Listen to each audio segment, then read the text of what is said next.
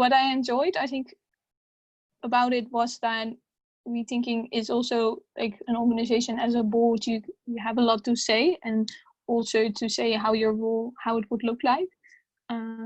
So it had a lot of room for you to come up with ideas and go for it, like you're doing now with this podcast. Is like perfect example of, because like before, like quite some organizations or like student organizations have some kind of structure, which is also more is more stable in a sense, but also a bit less flexible, I think, to follow your like own ideas and wishes and things. So that's something which I really enjoyed. And also in my secretary role, like doing the talks, or like sometimes just meeting with people who email and just see what comes out of it, is something I really enjoy. So why did you become secretary?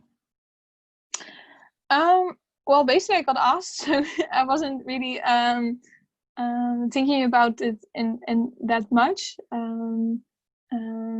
It just like, because I didn't know Rethinking that good, so I didn't know like what are standard procedures. Like I said before, it's not as like, it's not all laid down as much. It's not that there is no structure, because there definitely is a structure, but there's also flexibility, and it's also depending on wishes of people. So it's not like you have to send up your application before this and then stuff happens. It's more relaxed and just so I just thought, okay, I will go for it and see what happens. And I think in the beginning I thought I was only going to be there half a year, but I stayed a bit longer.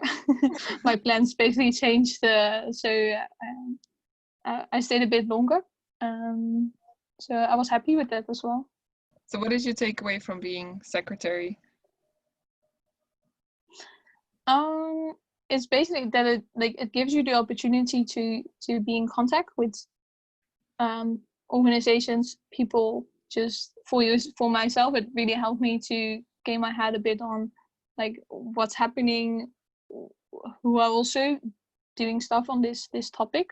As I said, it's just like, I think any board role, or just anyone who wants to do anything within Rethinking, there's like the opportunity to pose ideas and then see how it goes. So for example, the SDGs project, which has been paused by me a bit, but like the idea just came up, and then you also have this group of people, like academic rethinkers, and also people on the senior boards, who you just ask for advice, which are like qualified like professional people. Like it's also very cool that they established that at the beginning, to help you out and to see to ask for advice, basically.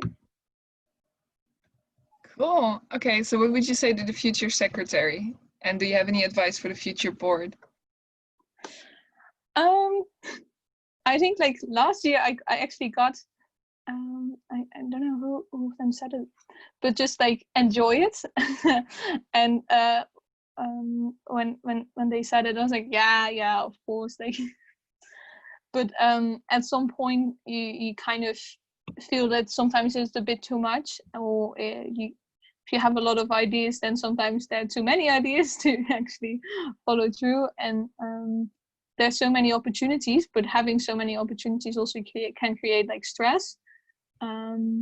So in that sense, like, know the potential it has, but also know and focus on how the board as a group, like what you actually also want to do, and how you want to make the year like pleasant, but like also for yourself successful. But like, don't feel sometimes the pressure too much. But also I do think, like, for example,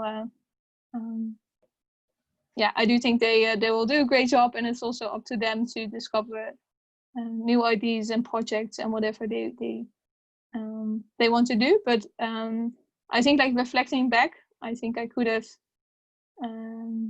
spent maybe more time also on the group process, and